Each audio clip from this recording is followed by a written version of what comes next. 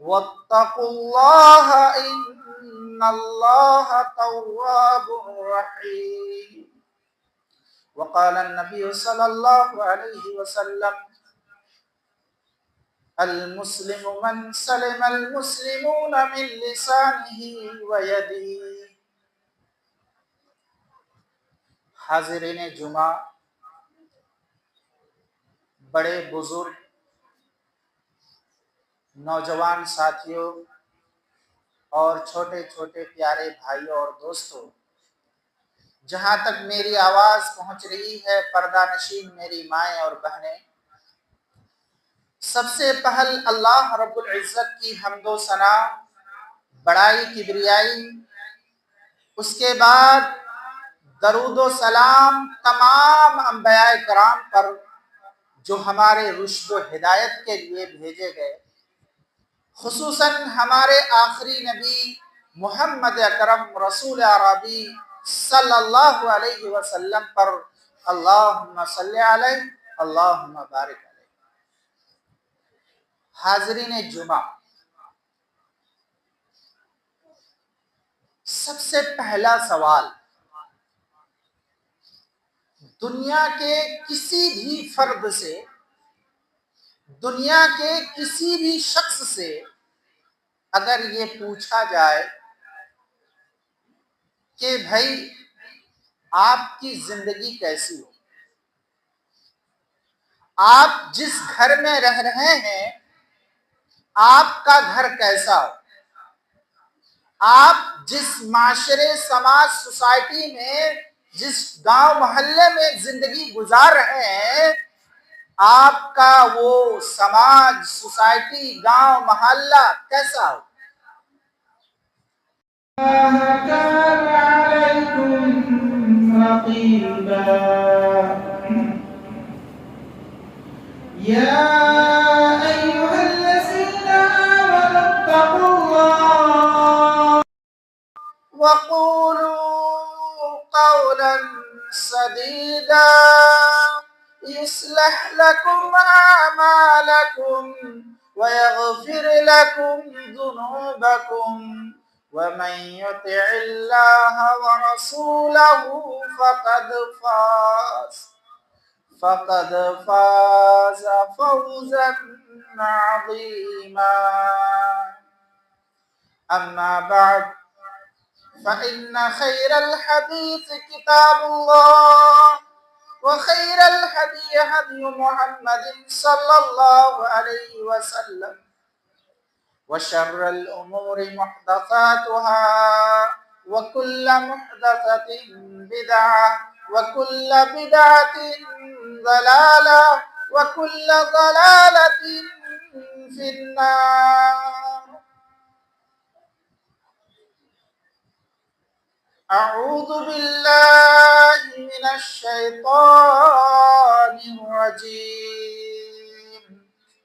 بسم الله الرحمن الرحيم.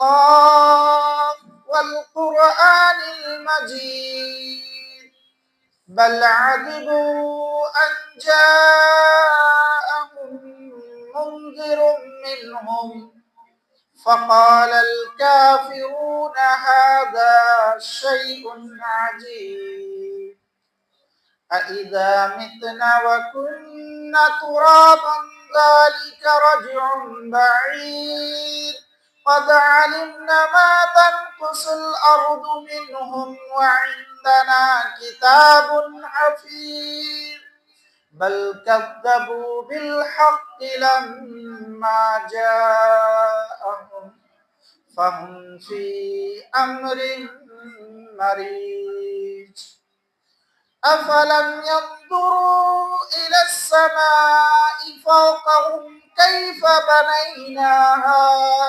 وزيناها وما لها من فروج والأرض مددناها وألقينا فيها رواسي وأنبتنا فيها من كل زوج بعيد تبصرة وذكرى لكل عبد منيب ونزلنا من السماء ماء مباركا فأنبتنا به جنات وحب الحصيد والنخل باسقات لها طلع نضيد رزقا للعباد وأحيينا به بلدة ميتا كذلك الخروج كذبت قبلهم قوم نوح وأصحاب الرس وثمود وعاد وفرعون وإخوان لوط وأصحاب الأيكة وقوم تبع كل كذب الرسل فحق وعيد أفعينا بالخلق الأول بل هم في لبس من خلق جديد بسم الله الرحمن الرحيم يا أيها الذين آمنوا اجتنبوا كثيرا من الظن إن بعض الظن إثم ولا تجسسوا ولا يغتب بعضكم بعضا أيحب أحدكم أن يأكل لحم أخيه ميتا فكرهتموه واتقوا الله إن الله تواب رحيم وقال النبي صلى الله عليه وسلم المسلم من سلم المسلمون من لسانه ويده حاضرین جمعہ، بڑے بزرگ، نوجوان ساتھیوں اور چھوٹے چھوٹے پیارے بھائیوں اور دوستوں، جہاں تک میری آواز پہنچ رہی ہے پردہ نشین میری مائیں اور بہنیں، سب سے پہل اللہ رب العزت کی حمد و ثنا، بڑائی کبریائی، اس کے بعد درود و سلام تمام انبیاء کرام پر جو ہمارے رشد و ہدایت کے لیے بھیجے گئے، خصوصاً ہمارے آخری نبی محمد اکرم رسول عربی صلی اللہ علیہ وسلم پر اللہم صلی علیہ اللہم بارک علیہ۔ حاضرین جمعہ، سب سے پہلا سوال دنیا کے کسی بھی فرد سے، دنیا کے کسی بھی شخص سے اگر یہ پوچھا جائے کہ بھائی آپ کی زندگی کیسی ہو، آپ جس گھر میں رہ رہے ہیں آپ کا گھر کیسا ہو، آپ جس معاشرے سماج سوسائٹی میں جس گاؤں محلے میں زندگی گزار رہے ہیں آپ کا وہ سماج سوسائٹی گاؤں محلہ کیسا ہو؟ یقیناً ہر فرد بشر کا جواب آئے گا کہ ہماری زندگی خوشگوار زندگی ہو، ہم جس گھر میں رہ رہے ہیں وہ گھر امن والا ہو، ہم جس معاشرے میں زندگی گزار رہے ہیں وہ معاشرہ، وہ سماج، وہ سوسائٹی شانتی پوروک ہو۔ حاضرین جمعہ، مسئلہ یہ ہے کیا کسی کے چاہنے سے اس کی زندگی خوشگوار ہو جائے گی؟ کیا کسی کے کہہ دینے سے اس کا گھر امن والا ہو جائے گا؟ کیا کسی کے بول دینے سے اس کا سماج، اس کی سوسائٹی شانتی پوروک ہو جائے گی؟ یقیناً ہم آپ کہیں گے کہ نہیں۔ ظاہر سی بات ہے، وہ رب دو جہان جس نے پوری کائنات کو بنایا اور بنانے کے ساتھ ساتھ ہر ایک کے لیے الگ الگ سسٹم، الگ الگ اصول، الگ الگ قانون، الگ الگ ضابطے بنائے، اور یہ سسٹم ہی کے تحت چل رہا ہے، ورنہ کب کا ہی درہم برہم ہو جاتا۔ ایک چھوٹی سی مثال، دنیاوی مثال، ایک بائک بنانے والا جس نے بائک بنایا، آپ نے بائک خریدا، اس نے اس میں اصول بنایا، 1 لیٹر پیٹرول آپ ڈالیں گے اس بائک پر تو یہاں سے وہاں تک جا سکتے ہیں، اس سے زیادہ دوری آپ نہیں طے کر سکتے۔ 3 مہینہ 4 مہینے میں آپ کو موبلنگ گریسنگ کرانی ہوگی، روڈ پر چلنے کے لیے پردوشن پرمیشن چاہیے، انشورنس چاہیے، جیب میں ڈرائیوری لائسنس بھی چاہیے، اور جب بڑی سڑکوں میں چل رہے ہیں تو ریڈ لائٹ کا بھی خیال ہونا چاہیے۔ کیوں؟ محض اس واسطے کہ ہم کسی حادثے کے شکار نہ ہو جائیں، کوئی درگھٹنا نہ گھٹ جائے، یا پھر میں جس حال میں گیا اسی حال میں واپس آیا، بیچ میں کسی طرح کی میرے ساتھ کوئی پریشانی اور کوئی جھمیلا نہ ہو۔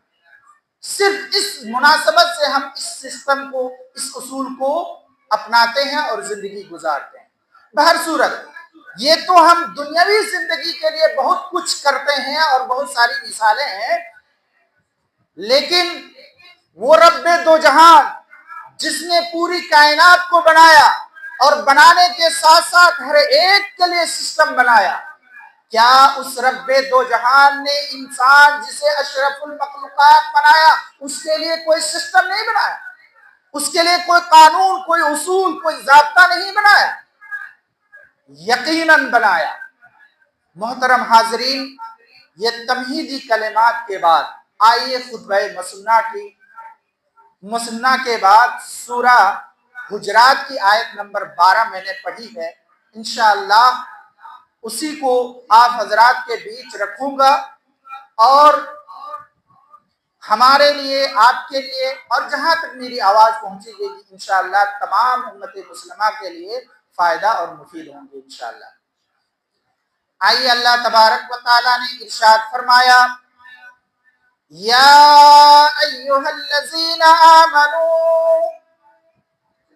اے وہ لوگو جس نے ایمان لایا ہو، اے وہ لوگو جس کے سینے میں کلمہ طیبہ ہو، اے وہ لوگو جس نے اپنی زبان سے گواہی دی ہو، اشہد ان لا الہ الا اللہ و اشہد ان محمد عبدہ و رسولہ۔ اے ایمان والو سنو، اللہ تبارک و تعالیٰ نے یہاں خاص خطاب ایمان والوں سے کیا، ایرے گہرے نتھے خیرو سے نہیں، اور خطاب یہ کیا کہ اجتنبوا کثیرا من الظن، اے ایمان والو کسی بھی شخص کے سلسلے میں بہت سارے وہم و گمان سے بچو۔ کیوں؟ ان بعض الظن اثم، اس لیے کہ اگر ہم اپنے دماغ میں، اپنے دل میں بہت سارے وہم و گمان پالیں گے، ہو سکتا ہے ان بعض الظن اثم، اس میں سے بعض میں سے ہم خطا کار ہو جائیں، بعض ہمارے لیے گناہ کے باعث ہو جائیں، بعض وہم و گمان ہمیں گناہگار بنا دے۔ مولوی صاحب ہم نے تو کچھ نہیں کیا، محض صرف اور صرف اگر ہم نے اپنے مسلمان بھائی یا کسی کے لیے بھی اپنے ذہن میں، اپنے دل میں وہم اور گمان پالا، فری آف کاسٹ، کسی طرح کی کچھ نہ ہم نے کیا اور نہ ہمیں کرنا پڑا، اس کے باوجود ہم گناہگار ہو گئے، تو پہلا اصول اللہ تبارک و تعالیٰ نے فرمایا کہ اپنے مومن بھائی کے لیے خاص اور تمام لوگوں کے لیے اپنے ذہن کو اور اپنے دل کو خالص رکھنا ہے، صاف رکھنا ہے۔